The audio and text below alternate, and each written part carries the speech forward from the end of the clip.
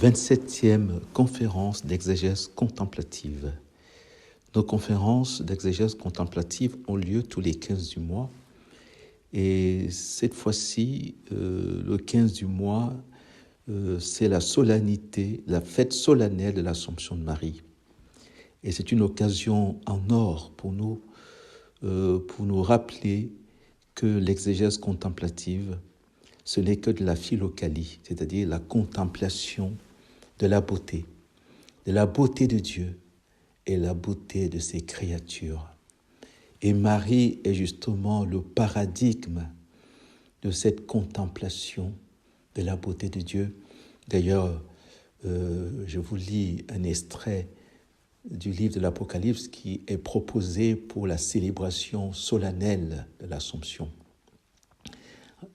Livre de l'Apocalypse, chapitre 11, verset 19 et chapitre 12, verset 1 et suivant. Le sanctuaire de Dieu qui est dans le ciel s'ouvrit. Voilà la démarche,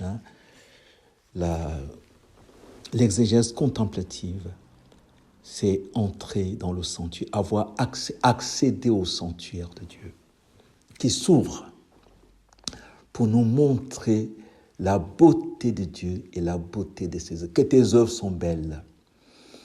D'ailleurs, la liturgie attribue ces paroles des cantiques à Marie, qu'elle est celle-ci qui s'élève, belle comme la lune, éclatante comme le soleil, terrible comme une armée rangée en bataille.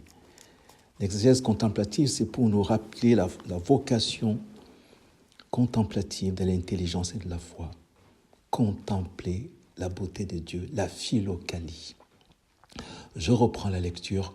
Le sanctuaire de Dieu qui est dans le ciel s'ouvrit et l'arche de son alliance apparut dans le sanctuaire. Un grand signe apparut dans le ciel, une femme, ayant le soleil pour manteau, la lune sous les pieds et sur la tête une couronne de 12 étoiles. Dans la foulée, je vous lis toujours pour nous rappeler qu'il s'agit de la contemplation de la beauté de Dieu. Et donc rencontrer Marie en cette 27e conférence de philokalie, d'exégèse contemplative, c'est tout simplement revenir au sens profond et ultime de notre démarche, ô combien nécessaire, qui est directement lié à la révélation de la grâce de Dieu, à la révélation de la beauté de Dieu, qui appelle de nous, de notre côté, l'émerveillement, l'admiration, la contemplation, la philokalie. Le psaume 44, qui est proposé dans cette célébration. Écoute ma fille, regarde et tends l'oreille, oublie ton peuple et la maison de ton père, et le roi sera séduit par ta beauté. Extraordinaire, la philokalie. La philokalie est d'abord l'œuvre de Dieu lui-même. C'est l'attitude de Dieu révélée dès la Genèse. Et le Dieu des dieux contempla parce que cela était beau. Et n'oubliez pas cette parole de l'Évangile à propos de Jésus. Jésus fut dans l'admiration. Entrer dans l'exégèse contemplative, c'est aussi susciter de l'admiration de la part de Dieu pour ses œuvres que nous sommes, pour notre intelligence en quête de beauté, en quête de vérité, en quête d'amour, en quête de sagesse. Le psaume poursuit en disant « Fille de roi, elle est là dans sa gloire, vêtue d'étoffes d'or.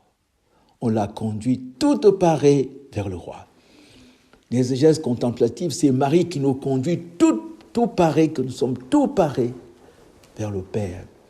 Que le Père, en nous regardant, s'émerveille. Comme dit le psaume, « Merveille que je suis, merveille que sont tes œuvres. » Donc l'exégèse contemplative qui correspond cette fois-ci à la solennité de l'Assomption de Marie nous rappelle justement qu'avec Marie, accueillir la parole de Dieu, c'est laisser le Verbe s'incarner en nous et dire avec Marie qu'il me soit fait selon ta parole, selon ce que cette parole contient de richesse, comme dit saint Paul aux Colossiens. Que la parole de Dieu habite en vous dans toute sa richesse et en toute sagesse, donc selon les trois sagesses. la plénitude de la grâce, la plénitude de la sagesse. L'Assomption donc de Marie nous rappelle que le livre qu'on appelle la Bible est ponctué, et c'est le livre des Assomptions. Et accueillir la parole de Dieu en nous, c'est laisser cette parole accomplir en nous 4 Assomptions, comme ce fut le cas de Marie. L'Assomption, les Assomptions de Marie, il y en a 4. Premièrement, la création, du néant à l'être. Le néant est assomptionné dans l'être. Que fait Dieu? Il prit de la terre, Adama, la terre rouge, et il souffla dans cette terre pour communiquer son esprit.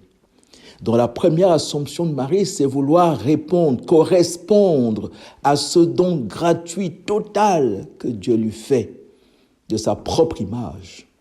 Et quand on sait que la création d'Ève, de la femme, a été un moment tout à fait particulier dans la révélation, face à ce don gratuit, nous venons de célébrer ces jours-ci Sainte Claire qui, sa dernière parole, merci Seigneur de m'avoir créé, merci pour le chef-d'œuvre. Quand on sait tout ce que Dieu a déployé pour la création de l'homme, ce qui faisait dire aux néo-platoniciens que l'homme est comme l'horizon de la création.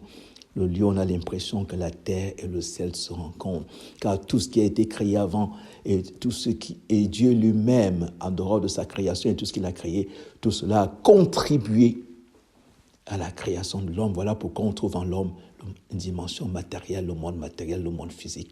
Les 4 éléments de notre monde physique, une dimension animale, les 500, une dimension spirituelle, le monde angélique, et une dimension divine, l'image de Dieu.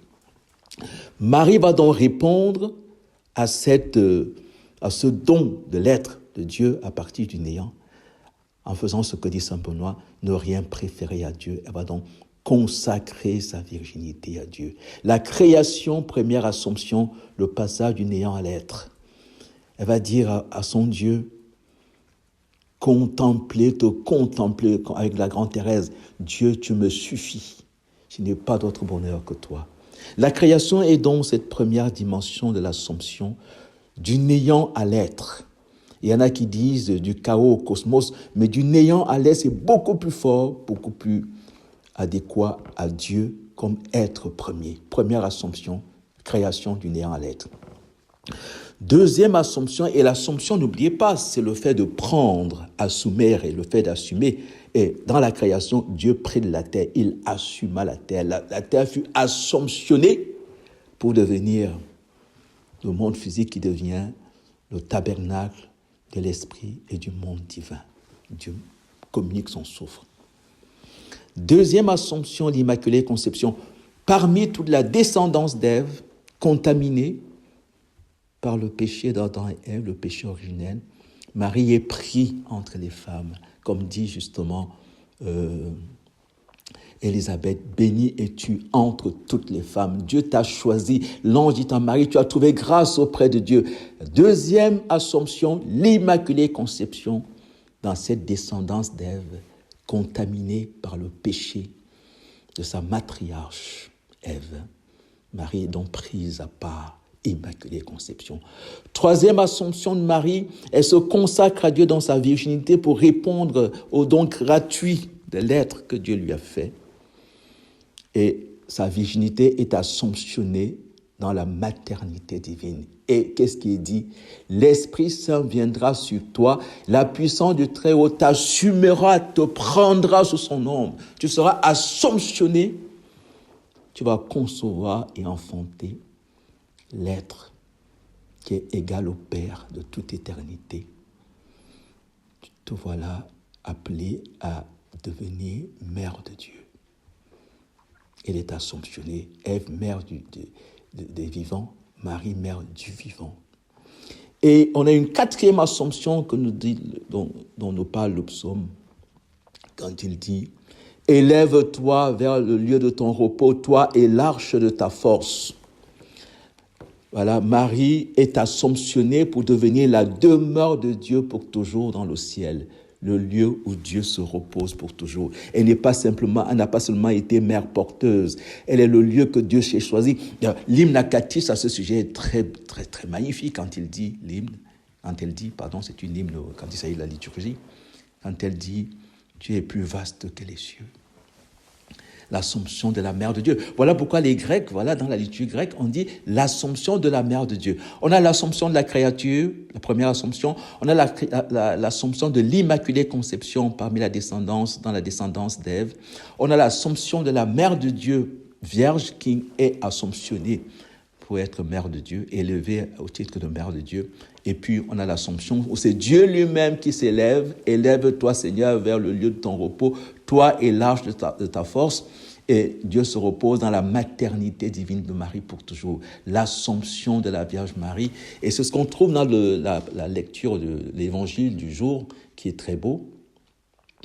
En ces jours-là, Marie se rendit en hâte avec empressement. Voilà ce que la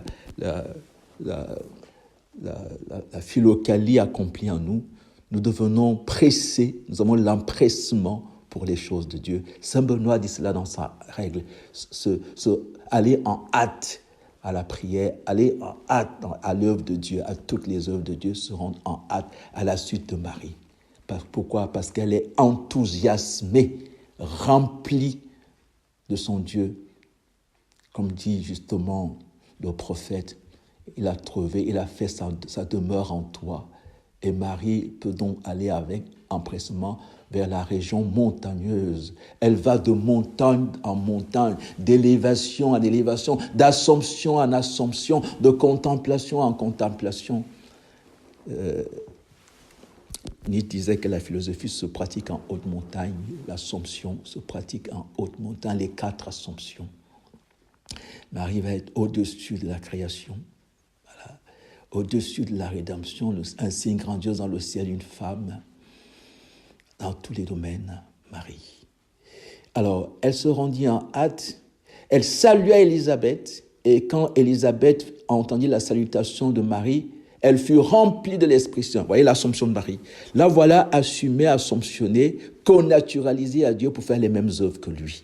Et on voit dans cet évangile que Marie accomplit auprès d'Élisabeth ce que l'ange a fait pour elle, en lui annonçant qu'elle sera pleine de l'Esprit Saint. Et voilà que Marie elle-même, dans sa salutation, fait qu'Élisabeth est pleine de l'Esprit Saint. Et que dit Marie ? Mon âme exalte le Seigneur. Mon âme est l'Assomption du Seigneur, est le lieu où le Seigneur est le plus haut. Élève-toi, Seigneur, vers ton lieu de repos, toi et l'arche de ta force. Et mon esprit exulte en Dieu, mon Sauveur. Mon esprit ne trouve sa joie, son élévation qu'en Dieu, son Sauveur. La philokalie, l'exégèse contemplative, les 4 assomptions de Marie correspondent parfaitement aux 3 sagesses. D'abord, la sagesse philosophique, c'est la consécration virginale. Marie se consacre à contempler celui qui est la contemplation de la contemplation, l'amour de l'amour, la vérité de la vérité. Elle dit avec la petite Thérèse, rien ne saurait me charmer ici-bas. Elle dit avec la grande Thérèse, solo Dios y basta, Dieu seul et cela suffit. Elle dit avec Saint Benoît, ne rien préférer au Christ. Elle se consacre donc pour contempler, et cette sagesse philosophique, n'oubliez pas que c'est ce que rappelle saint Augustin quand il dit que Marie a d'abord conçu dans son esprit, dans son cœur, avant de concevoir dans sa chair, car cette maternité, elle est d'abord contemplative, et c'est notre vocation à tous. L'Assomption de Marie, c'est notre Assomption. Voilà pourquoi elle nous a donné comme mère. Là, et puis il y a la sagesse théologique. La sagesse théologique, c'est la plénitude de la foi. Élisabeth proclame Marie bienheureuse celle qui a cru. En quoi a-t-elle cru ? Elle a cru que Dieu croyait en elle. La foi étant une vertu théologale, on découvre que c'est d'abord Dieu qui a foi en l'homme. C'est ce que dit saint Paul justement. Il m'a jugé digne de foi. C'est ce qu'on dit désormais dans la prière eucharistique numéro 2. Il m'a estimé digne de foi. Il m'a estimé digne de foi en lui. Il a cru en moi, et que dit Marie ? Qu'il me soit fait selon ta parole. Et le Verbe, la parole de Dieu, le Verbe s'est fait chair en elle. La philokalie, l'exégèse contemplative, laisser le Verbe de Dieu s'incarner en nous. Et puis la sagesse mystique, c'est celle que nous venons de voir, le Saint-Esprit, dans l'Évangile, où Marie salue Élisabeth, Élisabeth fut pleine de l'Esprit Saint. C'est très beau de se rappeler, ne pas l'oublier, que Marie est associée à la fois, et c'est ça l'Assomption peut-être, est associée aux processions divines, à la génération du Verbe.